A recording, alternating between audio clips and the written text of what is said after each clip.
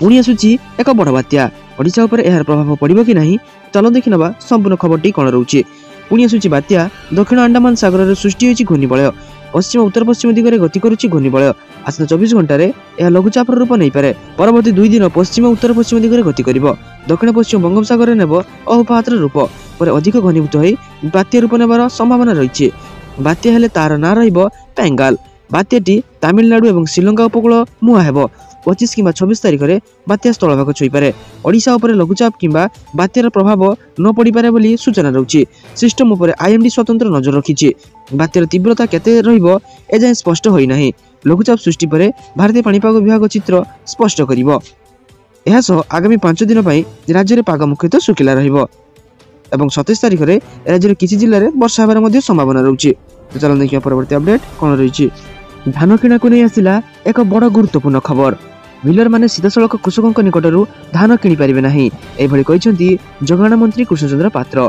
विभिन्न स्थान रे मिलर माने सीधासलख चाषींक ठारू कम दाम रे धान किणी मौजूद करि रखियो प्रसंग रे कड़ा अभिमुख्य जाहिर करबा सह मिलर मानकु चेतावनी देई एहा कहिसंती जदि मिलर सीधासलख धान किणिबे से मिल को सील कर दिया जिवो कड़ा एक्शन मध्ये निया जिवो से मिल को कला तालिका अंतर्भुक्त करा जिवो से आउ व्यापार करि परिबो नाही। नुआपड़ा रे सेमिति घटना सामना को आसीथिला।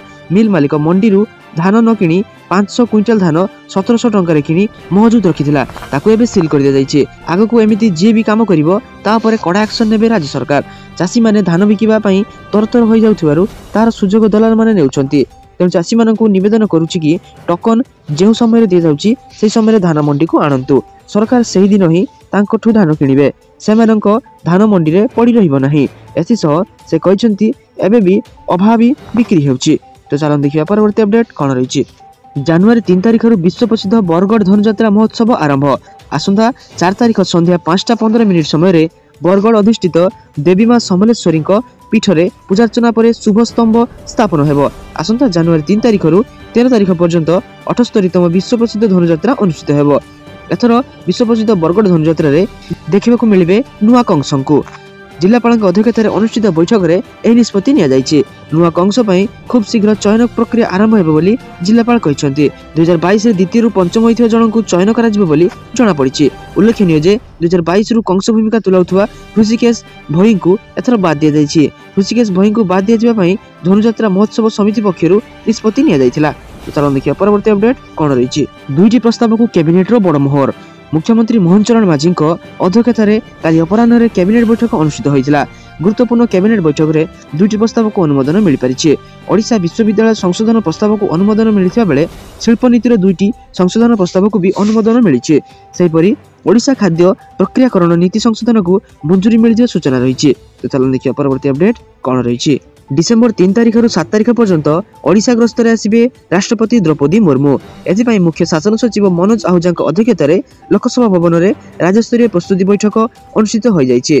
डिसेम्बर 3 तारिख अपराह्न राष्ट्रपति भुवनेश्वर विजु पट्टनायक आंतर्जातिक विमानबंदर में पहुंचवा पर संध्यार भुवनेश्वर चंद्रशेखरपुर स्थित नीलाद्री विहार ठारे पंडित रघुनाथ मुर्मू को नवनिर्मित प्रतिमूर्ति को उन्मोचन करेंगे। 4 तारिख पूर्वाह्न राष्ट्रपति स्वतंत्र हेलिकप्टर जोगे पुरी गस्त करी महाप्रभु को दर्शन करने सह परे श्री गोपबंधु आयुर्वेद महाविद्यालय 75तम वार्षिक उत्सव जोगदेवे। से दिन नौसेना दिवस अवसर में राष्ट्रपति अपराह्न 3:55 भारतीय नौसेना तरफ पुरी ब्लू फ्लैग बेलाभूमि में आयोजित कार्यक्रम में जोगदेवे। तो चलन देखिया परवर्ती अपडेट कौन रही। आज जदि जो मान अकाउंट को टंका न आसे से माने कौन करेंगे। तो चलन देखि नबा संपूर्ण अपडेट टी कौन रही। सुभद्रा योजना को नहीं एवं चली बड़ द्वंद्व। किछि महिला अकाउंट को टंका आसुवा बेले किछि महिला अकाउंट को एपर्यंत टंका आसी नहीं। मुख्यमंत्री बारंबार आश्वासना देउथुवा बेले महिला माने अकाउंट को टंका न आसुथिबारु से माने हतोत्साहित होई पडुछंती। सबठारु बड़ कथा हेउची प्रथमे आवेदन करथिबा महिला को सुभद्रा टंका मिलि नथिबा बेले परे जो माने रजिस्ट्रेशन करूछंती से मानकु टंका मिलि जाउची। किंतु एबे सबठारु बड़ प्रश्न उठुची जे जदि आज टंका न आसीबो तबे हिताधिकारी माने करिवे कोन। एने उपमुख्यमंत्री प्रभाती परिड़ा बड़ सूचना दैछंती। से कहिसंती सुभद्रार 5 लाख आवेदनकारी जो मानकर अकाउंट मिसमैच होतिला ताहा समाधान होई नाही। से माने एथर शामिल होइबे नाही। सेमानक अकाउंट आधार लिंक रे समस्या रही।